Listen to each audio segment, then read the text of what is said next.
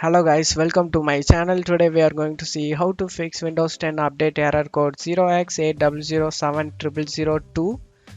Let's fix it guys. For that, right click on the start icon, select settings, click on time language. In here you just need to select the sync now.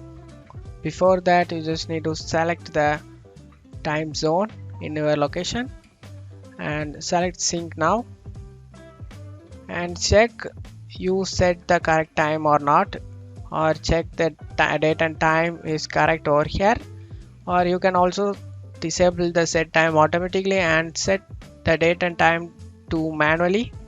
Just need to change it guys. After changing it, select change, and this is the main reason you are getting this error code. And so now go ahead and check whether your problem has been resolved or not. If you still having a problem, let's move on to the next solution guys. For that, go to search menu and type services, click on open it, search for Windows Update service, double click on it. If this service status is stopped, you just want to start it, and startup type you just need to change this automatic and apply and OK, and right click on the Windows Update. If this is already running, click on refresh or restart. Click on restart,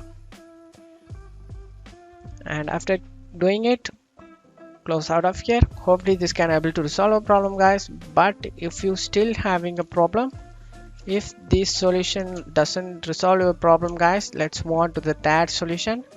For that, right click on the start icon and select run. In here you need to type percentage WINDIR percentage, again click OK, percentage WINDIR percentage, again click OK.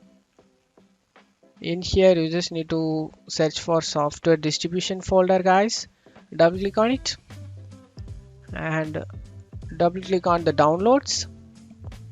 In here you just need to select these files and press in keyboard Ctrl plus A, will be selected all these files guys. You just want to right click on it and select delete.